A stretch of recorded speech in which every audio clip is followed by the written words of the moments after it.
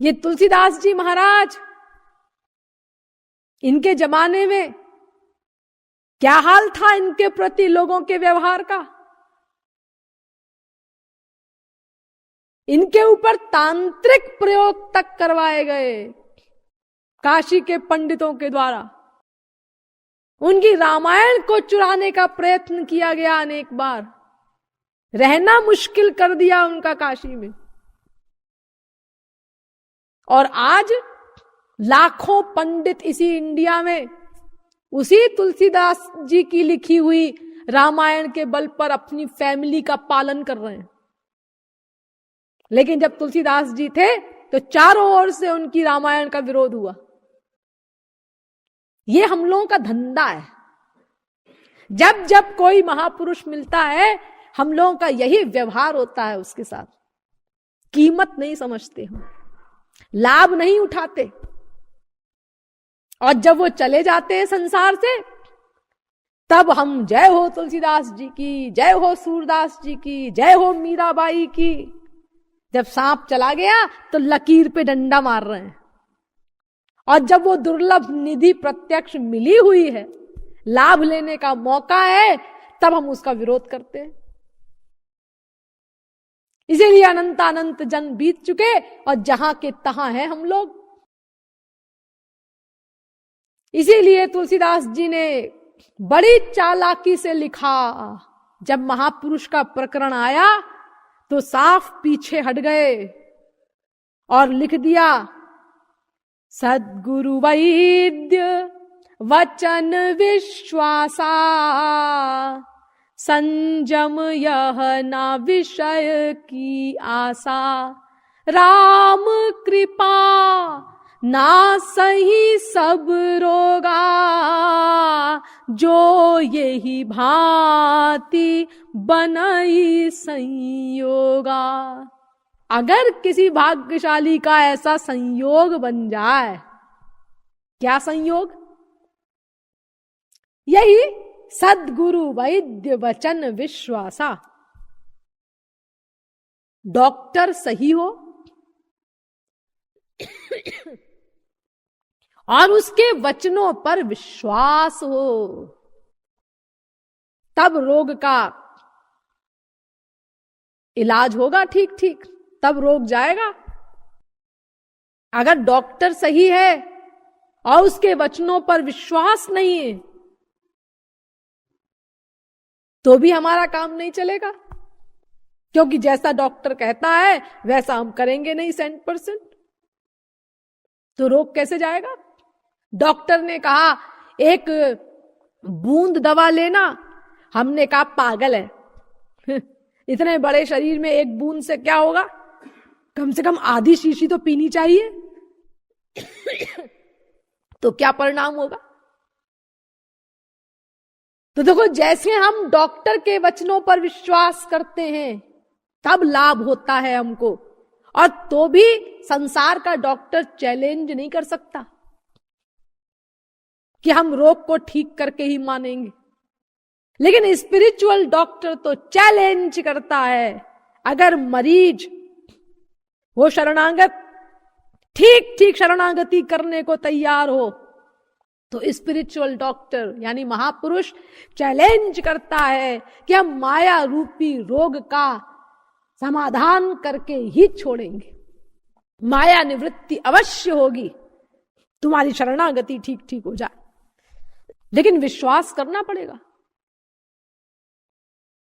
एक टीचर जैसे पढ़ाता है, विद्यार्थी को उस पर विश्वास करना पड़ेगा। लिखो बेटा KNIFE, नाइफ। मास्टर साहब ये नाइफ क्यों कह रहे हैं आप? कनाइफ बोलिए ना, कनाइफ क्यों? इसीलिए कि पहले के आता है और आप तो कह रहे हैं नाइफ। हाँ, बहस मत कर, नाइफ की यही स्पेलिंग है। बोलते समय के साइलेंट हो जाता है। ऐसे कैसे मास्टर साहब? मैं नहीं मान सकता ये बात। तो नहीं मान सकते तो अपना उठाओ बस्ता और घर जाओ, और बड़े होकर के घास छील छील के पेट भरने का प्रयत्न करना, तुम पढ़ाई नहीं कर सकते। तो देखो, संसार में सर्वत्र हम बुद्धि का सरेंडर करते हैं, विश्वास करते हैं हम टीचर के वचनों पर, विश्वास करते हैं हम डॉक्टर के वचनों पर, तब हमारा लाभ होता है। तो ऐसे ही महापुरुष रूपी जो डॉक्टर है, उसके वचनों पर विश्वास करना होगा। ये संयोग जब किसी भाग्यशाली का बन जाए, कैसे बने ये नहीं लिखा तुलसीदास जी ने। अगर ऐसा संयोग बन जाए कि सही महापुरुष मिल जाए और उसके वचनों पर विश्वास हो जाए। स्वामी रामतीर्थ से अमेरिका में लोगों ने पूछा कि भगवान में विश्वास कैसे हो, तो स्वामी रामतीर्थ ने कहा, भाई ये हम नहीं बता सकते कैसे हो, लेकिन अगर किसी बड़भागी का हो जाए तो उसका काम बन जाए। तो ऐसे ही तुलसीदास जी कह रहे हैं कि अगर ये संयोग बन जाए कि सही महापुरुष मिल जाए और उसके वचनों पर विश्वास हो जाए, तो फिर हमारा काम बन जाए। इसीलिए शास्त्रों में जो क्रम बताया गया भगवत प्राप्ति का, उसमें सबसे पहली चीज लिखी गई, आदौ श्रद्धा, ततः साधु संगोथ भजन क्रिया, ततो नर्थ निवृत्ति स्यात्, ततो निष्ठा रुचिस्ततः अथासक्तिस्ततो भावः, ततः प्रेमाभ्युदंचति साधकानामयं प्रेम्णः प्रादुर्भावे भवेत् क्रमः। भक्ति रसामृत सिंधु। सबसे पहले श्रद्धा होनी चाहिए, यानी पूर्ण विश्वास महापुरुष के ऊपर। ततः साधु संगोथ भजन क्रिया, फिर महापुरुष का मिलन हो और फिर उसकी शरणागति में रह करके हम साधना करें उसकी आज्ञा पालन करते हुए। तब फिर उस साधना से अनर्थ की निवृत्ति हो, फिर उसके बाद निष्ठा हो, फिर संसार से अरुचि और भगवान में रुचि हो, फिर भगवान में आसक्ति हो, फिर भगवान के प्रति भावोद्रेक हो, फिर भगवान से प्रेम हो और फिर भगवान मिले। ये लिंक है। तो हमारी गाड़ी तो पहले ही नंबर पे रुकी हुई है, श्रद्धा ही नहीं है हमारे अंदर। और ये श्रद्धा क्यों नहीं है? क्योंकि हमें संसार से वैराग्य नहीं है। ये श्रद्धा वैराग्य से पैदा होती है। इसीलिए तुलसीदास जी ने दोनों की इंपॉर्टेंस बराबर कर दी। गुरु बिनु होई कि ज्ञान, ज्ञान की होई विराग बिनु। बिना गुरु के भी ज्ञान नहीं हो सकता और बिना वैराग्य के भी ज्ञान नहीं हो सकता। दोनों चीजें कंपलसरी। देखो, यूं समझो, गधे की अकल से या गंवारी अकल से एक पारस है और एक लोहा है। दोनों लकड़ी की डिबिया में बंद हैं। अब ये पारस क्या करता है? पारस लोहे को सोना बनाता है। अच्छा जी, पारस अगर लोहे को सोना बनाता है तो इस समय लोहे को सोना क्यों नहीं बना रहा है? इसीलिए नहीं बना रहा है क्योंकि लोहा डिबिया में बंद है। अच्छा, अब डिबिया से बाहर निकाल दिया हमने लोहे को। क्यों जी? अभी भी पारस ने लोहे को सोना नहीं बनाया। इसीलिए कि पारस डिबिया में बंद है। अच्छा, लो पारस को हमने डिबिया से बाहर निकाल लिया। अब प्योर पारस, प्योर लोहा। क्यों जी? अभी भी पारस ने लोहे को सोना नहीं बनाया। अरे कैसे बनाएगा भाई? लोहा दूर जो है पारस से। अच्छा, लो भाई पास ले आए, अभी भी नहीं बना, अभी भी दूर है। अच्छा, और पास आ गया, अभी भी नहीं बना, अभी भी दूर है। अच्छा, और पास आ गया, अभी भी नहीं बना, हाँ अभी भी सोना नहीं बना क्योंकि दूरी है। एकदम पास आ गया खाली बाल भर का अंतर है तो भी पारस लोहे को सोना नहीं बना रहा है। अब क्यों नहीं बना रहा है? इसीलिए कि गैप है ना बीच में, बाल भर का तो अंतर है ना, इसीलिए पारस अपना कमाल नहीं दिखा पा रहा है। जब वो बाल भर की भी दूरी ना रहे, एकदम टच हो जाए, अब पारस अपना कमाल दिखाएगा। यूं टच हुआ कि पारस ने लोहे को सोना बनाया। ऐसे ही महापुरुष से टच होना चाहिए हमारा, तब महापुरुष अपना कमाल दिखाता है। और ये टच फिजिकल टच से मतलब नहीं है, ये टच होना चाहिए मन का, क्योंकि अज्ञान कहां है? मन में। ज्ञान कहां आएगा? मन में। ये मन एक सूक्ष्म बर्तन है, उस सूक्ष्म मन का टच होना चाहिए महापुरुष में। मन ही तो करता है प्रत्येक कर्म का, आपको कई बार बताया गया है। मन एव मनुष्याणाम कारणम बंध मोक्षयोः पंचदशी, ब्रह्म बिंदु उपनिषद, नारद पुराण। मन ही करता है। चेतः खल्वस्य बंधाय मुक्तये चात्मनो मतम, गुणेषु सक्तम बंधाय रतम वा पुंसी मुक्तये। भागवत 3 स्कंद के 25वें अध्याय का 15वां श्लोक। मन ही करता है प्रत्येक कार्य का। इसीलिए भगवान कहते हैं भाई मन का समर्पण करना होगा। मन दो, मन। तो इस मन का जब टच होगा महापुरुष में, तब बात बनेगी हमारी, और वो हमें करना है। इसीलिए मैंने आपसे कहा कि हम लोगों की कृपा भी आवश्यक है, और सबसे पहले हमारी कृपा आवश्यक है, वरना महापुरुष की कृपा काम नहीं आएगी। नंबर 1 हम लोगों की कृपा, तब नंबर 2 महापुरुष की कृपा और भगवान की कृपा। तो अगर कोई संसार से विरक्त हो जाता है, वास्तव में उसके अंदर भूख पैदा हो जाती है, पिपासा पैदा हो जाती है, व्याकुल हो जाता है भगवान को पाने के लिए, अज्ञान की निवृत्ति के लिए, ज्ञान प्राप्ति के लिए, तो वो प्रश्न करता है कि भगवान की ही शरण में जाएं तो अज्ञान जाएगा और ज्ञान मिलेगा, ये ठीक है, या गुरु की ही शरण में जाएं तो गुरु की कृपा से अज्ञान जाएगा और ज्ञान मिलेगा, ये ठीक है। क्योंकि दोनों बातें शास्त्रों में लिखी है ना। एक और लिखा है कि गुरु की ही कृपा से अज्ञान जाएगा, ज्ञान मिलेगा, और दूसरी ओर लिखा है भगवान की ही कृपा से अज्ञान जाएगा, ज्ञान मिलेगा।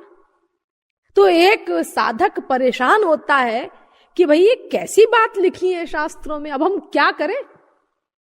अगर भी लगाया होता तो हमारे पास चॉइस थी, चाहे भगवान की शरण में जाओ और चाहे गुरु की शरण में जाओ, लेकिन यहां तो ही लगाया जा रहा है, तो हम क्या करें।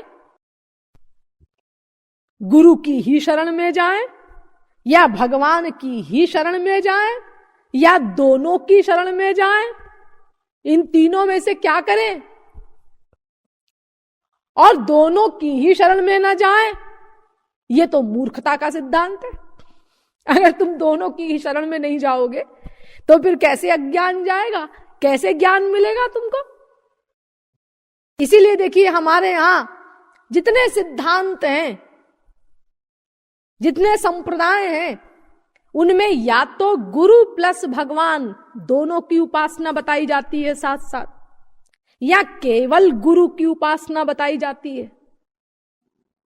ऐसा कोई संप्रदाय नहीं, ऐसा कोई सिद्धांत नहीं जहां यह कहा जाता हो कि केवल भगवान की ही उपासना से काम चल जाएगा। लेकिन ऐसा क्यों नहीं? ऐसा होना चाहिए कि केवल भगवान की ही उपासना से काम चल जाएगा? क्योंकि वेद शास्त्र तो कह रहे हैं कि गुरु की ही कृपा से जैसे अज्ञान जाता है ज्ञान मिलता है, ऐसे ही भगवान की ही कृपा से अज्ञान जाता है ज्ञान मिलता है। तो फिर ऐसा सिद्धांत क्यों नहीं है कि भगवान की ही कृपा से अज्ञान जाएगा, केवल भगवान की भक्ति कर लो? ऐसा कहीं नहीं बताया गया। या तो गुरु और भगवान दोनों की उपासना साथ साथ करो, या केवल गुरु की उपासना करो। इन दो में से एक चॉइस कर लो तुम। लेकिन केवल भगवान की ही उपासना करो ऐसा कोई नहीं बताता, उससे अज्ञान नहीं जा सकता। तो फिर ये शास्त्रों में ऐसा क्यों लिखा है कि भगवान की ही कृपा से अज्ञान जाएगा, ज्ञान मिलेगा? ठीक लिखा है। ठीक लिखा है तो फिर भगवान की ही उपासना क्यों नहीं हो सकती? ऐसा है, अब समझो इसका रहस्य।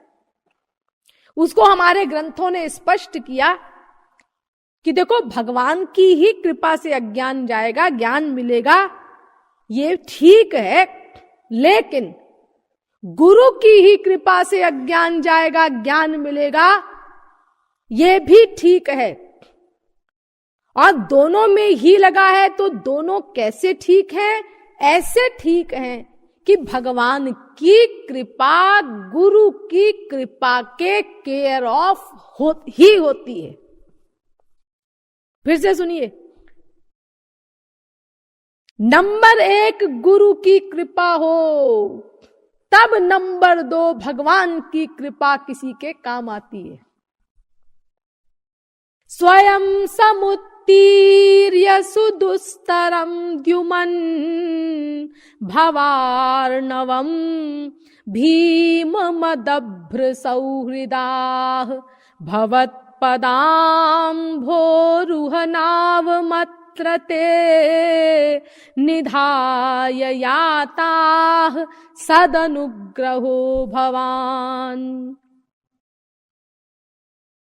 शास्त्र कहते हैं कि भगवान की ही कृपा से अज्ञान जाएगा, ये भी ठीक, गुरु की ही कृपा से अज्ञान जाएगा, ये भी ठीक, लेकिन भगवान की कृपा गुरु की कृपा के पीछे पीछे चलती है। इसीलिए नंबर 1 गुरु की ही कृपा से अज्ञान जाएगा।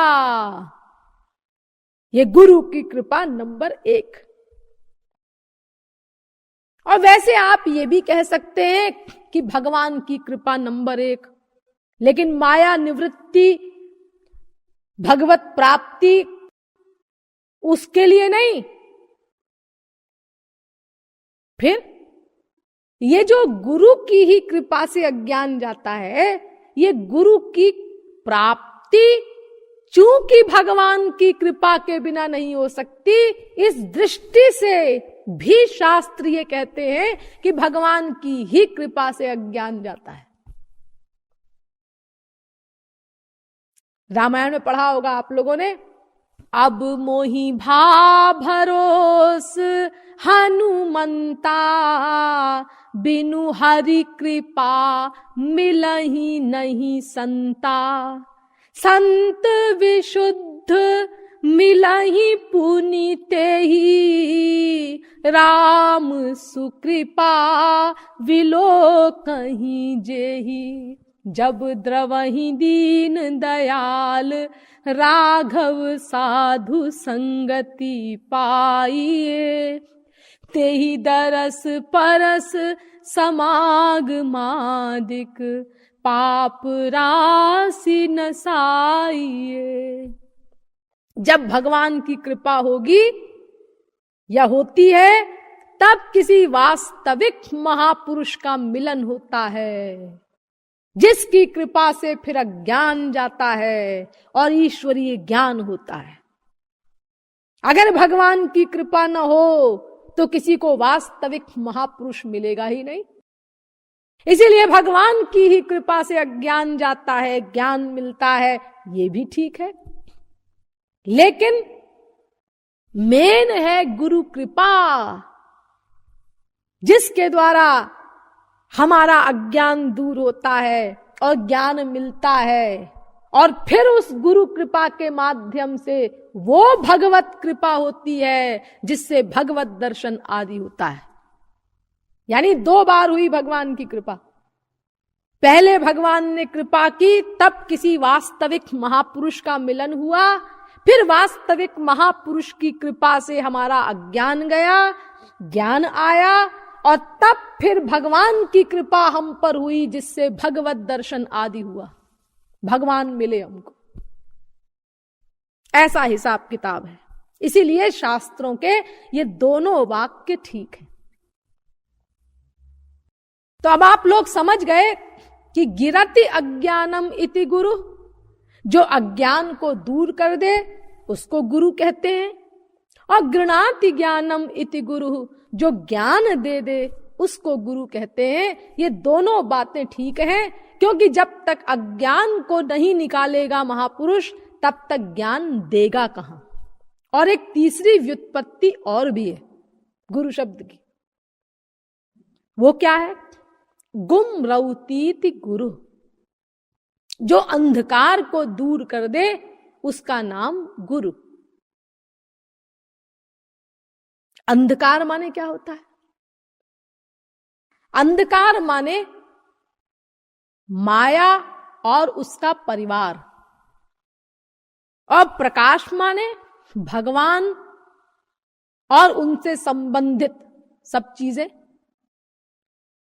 माया और उसका पर्यायवाची जो कुछ है उसको दुख कहो, अशांति कहो, अतृप्ति कहो, अपूर्णता कहो, बेचैनी कहो, काम क्रोध लोभ मोह राग द्वेष ईर्ष्या पाखंड आदि कहो, त्रिगुण का बंधन कहो, त्रिकर्म का बंधन कहो, पंचकोश का बंधन कहो, पंचक्लेश का बंधन कहो, दुख का बंधन कहो, द्वंद्व का बंधन कहो, किसी भी भाषा में बोल दो, ये सब चीजें अंधकार कहलाती हैं।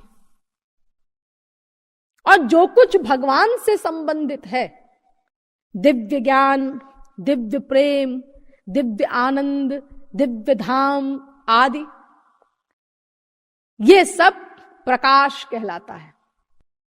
क्योंकि प्रकाश माने भगवान और अंधकार माने माया। वेदाहमेतम पुरुखम महांत मादित्य वर्णम तमसः परस्तात्, वेद कहता है। श्वेताश्वतरोपनिषद 3 अध्याय का 8वां मंत्र। प्रकाश स्वरूप भगवान है और अंधकार स्वरूप माया है। उस अंधकार से परे है वो भगवान, माया से परे है वो भगवान। तो अंधकार को मिटाने की सामर्थ्य जिसमें हो, यानी अनंत काल के लिए हमको अंधकार से छुटकारा दिला करके जो प्रकाश की प्राप्ति करा दे, उसको गुरु कहते हैं।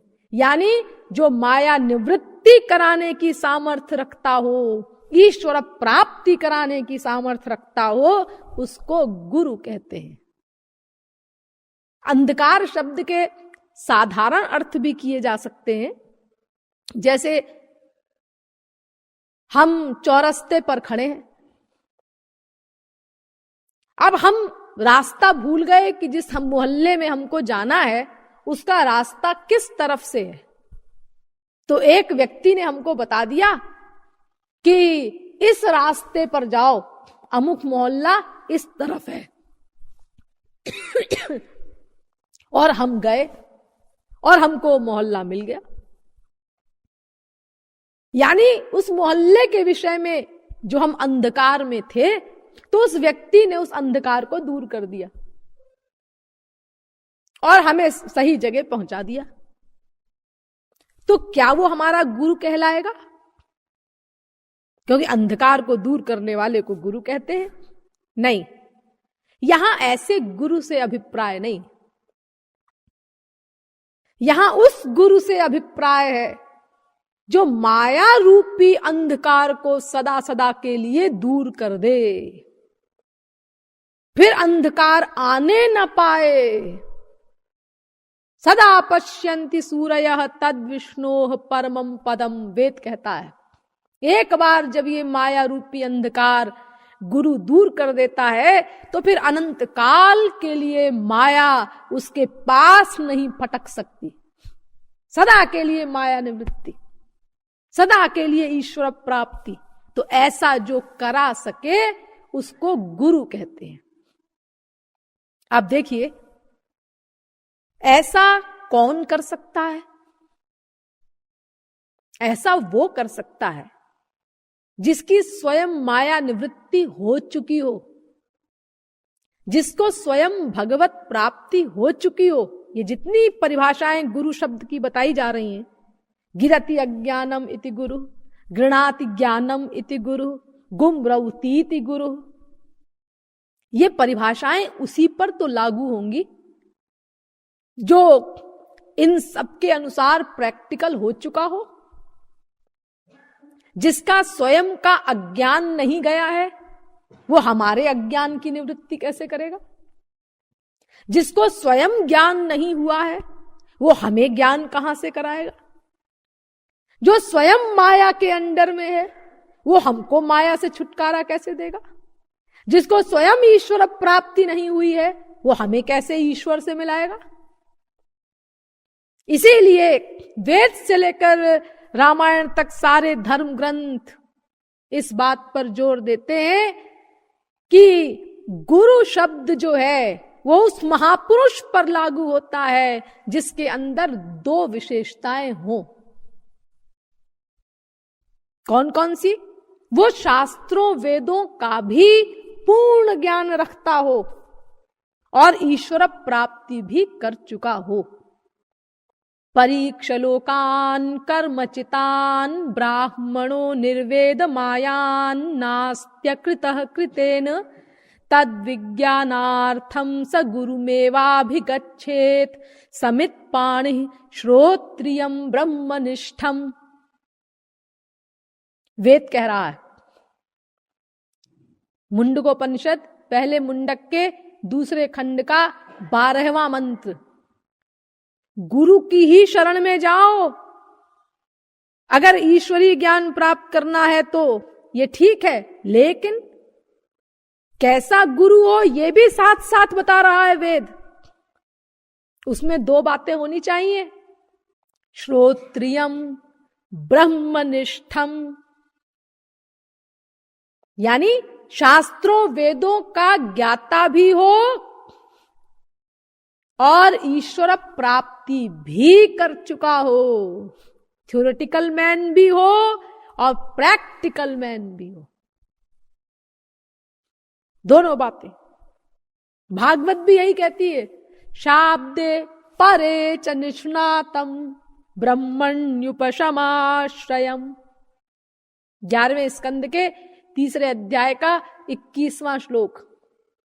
ऐसे गुरु की शरण में जाओ, तस्मात् गुरुम प्रपद्येत जिज्ञासु श्रेय उत्तमम शाब्दे परे च निष्णातम ब्रह्मण्युपशमाश्रयम। जो शब्द ब्रह्म में भी एक्सपर्ट हो और पर ब्रह्म में भी एक्सपर्ट हो, यानी शास्त्रों वेदों का भी जिसको संपूर्ण ज्ञान हो और ईश्वर प्राप्ति भी जो कर चुका हो। गीता भी यही कहती है, तद्विद्धि प्रणिपातेन परिप्रश्नेन सेवया उपदेक्ष्यन्ति ते ज्ञानम ज्ञानिनस्तत्वदर्शिनः। 4थे अध्याय का 34वां श्लोक, ज्ञानिनस्तत्वदर्शिनः। गुरु की ही शरण में जाओ, प्रणिपात करो उसको, कंप्लीट सरेंडर, निष्काम भाव से सदा सदा के लिए उसको अपना सर्वस्व अर्पित करो, तन मन धन से उसकी सेवा करो, पूर्ण जिज्ञासु भाव से उससे तत्व ज्ञान प्राप्त करो। लेकिन वो गुरु कैसा हो? ज्ञानिनस तत्वदर्शिना। उसमें ये दो बातें होनी चाहिए, उसको शास्त्रों वेदों का भी पूर्ण ज्ञान हो और ईश्वर प्राप्ति भी कर चुका हो। दोनों में से एक भी बात कम है तो हमारा काम नहीं बनेगा। अगर उसको शास्त्रों वेदों का ज्ञान नहीं है तो फिर हमारा काम कैसे बनेगा? क्योंकि वाल्मीकि जैसी स्टेज तो हमारी है नहीं कि गुरु ने कह दिया मरा मरा कहते रहो जब तक मैं लौट करके न आऊं।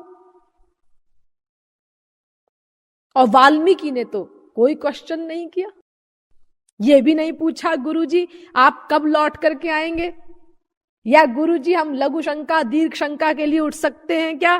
कोई प्रश्न नहीं। बस गुरु ने कहा जब तक हम लौट के ना आए तब तक मरा मरा कहते रहो। और बैठे तो ऐसे बैठे वाल्मीकि कि जब उठे हैं तो महापुरुष बन के उठे हैं। तो हमारी तो ऐसी श्रद्धा नहीं है, ऐसी अवस्था नहीं है। अगर ऐसी अवस्था वाल्मीकि जैसी हो तब तो चलो वो थ्योरेटिकल नहीं भी है गुरु तो हमारा काम बन जाएगा।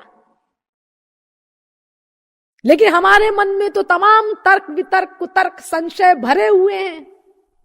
जब तक वो न निकले, जब तक उनका समाधान न करे गुरु, तब तक हमारी शरणागति कैसे होगी? क्योंकि शरणागति तो बुद्धि की ही करनी है और बुद्धि में प्रश्न भरे हुए हैं, डाउट्स भरे हुए हैं, तो पहले उनका समाधान करना होगा ना गुरु को। और उसके लिए शास्त्रों वेदों के ज्ञान की आवश्यकता है। उसके आधार पर जब वो समाधान करेगा तब हमको विश्वास होगा हाँ ये बात बिल्कुल ठीक कह रहा है, क्योंकि सब वेदों शास्त्रों के प्रमाण दे रहा है। इसीलिए उसका श्रोत्रिय होना जरूरी है। यानी शास्त्रों वेदों के जो विरोधाभासी सिद्धांत हैं उनका समन्वयात्मक ज्ञान हो उसको पूर्ण रूप से, और दूसरे को भी बोध करा सके, उसको श्रोत्रिय कहते हैं। और ब्रह्मनिष्ठम भी होना जरूरी है उसका, यानी प्रैक्टिकल मैन होना भी जरूरी है, उसको भगवत प्राप्ति हो चुकी हो। क्योंकि अगर उसको भगवत प्राप्ति नहीं हुई है तो फिर वो हमको सही सही मार्ग का निर्देश कैसे करेगा? और हम जो ईश्वर प्राप्ति के मार्ग में चलेंगे आगे,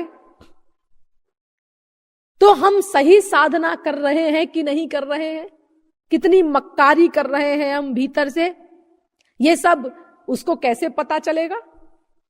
अरे गुरु तो भीतर की चीज नोट करता है ना, उसके अनुसार उसकी कृपा होती है। बाहर की एक्टिंग से तो महापुरुष कृपा नहीं करेगा, सही तो उसको मन को करना है। तो अगर वो भगवत प्राप्त महापुरुष नहीं है तो कैसे हमारे अनंत जन्मों के संस्कारों को नोट करेगा? कैसे उन संस्कारों के अनुसार हमसे साधना कराएगा? कैसे बीच बीच में जब संस्कार गड़बड़ करेंगे तो उनको ठीक करेगा? अरे पग पग पर महापुरुष की हेल्प की हमको आवश्यकता पड़ेगी। और जब अंतिम चोटी पर भी हम पहुंच जाएंगे, अंतःकरण पूर्ण शुद्ध हो गया, तब भी वही महापुरुष इस बात को नोट करेगा कि अभी अधिकारी बन गया है, तो तब हमको वो ईश्वरीय ज्ञान देगा, भगवत प्राप्ति कराएगा, ईश्वरीय प्रेम देगा। तो अगर वो वास्तविक महापुरुष नहीं है तो ये सब कार्य कैसे करेगा वो, अगर वो भगवत प्राप्त महापुरुष नहीं है तो? इसीलिए दोनों बातें शास्त्रों वेदों ने कंपलसरी बताई, वो थ्योरेटिकल मैन भी हो और प्रैक्टिकल मैन भी हो। लेकिन हमें कैसे मालूम चलेगा कि इस महापुरुष को भगवत प्राप्ति हुई है कि नहीं हुई? ये हमको कैसे पता चलेगा? अरे श्रोत्रिय वाली बात तो एक बार को फिर भी पता चल जाए, उसका प्रवचन आदि सुन करके, और हम समझ ले हमारी शंकाओं का समाधान हो रहा है, हाँ इसको शास्त्रों वेदों का पूर्ण ज्ञान है। लेकिन भगवत प्राप्ति हुई है कि नहीं हुई, इसका पता हम कैसे लगाएंगे? क्योंकि वो तो लिखा नहीं होता किसी के चेहरे पर। ऐसा तो है नहीं कि भाई हाँ ये अमुक डॉक्टर का बोर्ड लगा हुआ है, MD MBBS, चलो इससे इलाज करा लो, सर्टिफिकेट लगा हुआ है इसका। तो हमें कैसे मालूम चलेगा महापुरुष के बारे में कि इसको भगवान मिले हैं कि नहीं? और जब तक हमें पता न चले तब तक गलत गुरु के चक्कर में भी हम पड़ सकते हैं।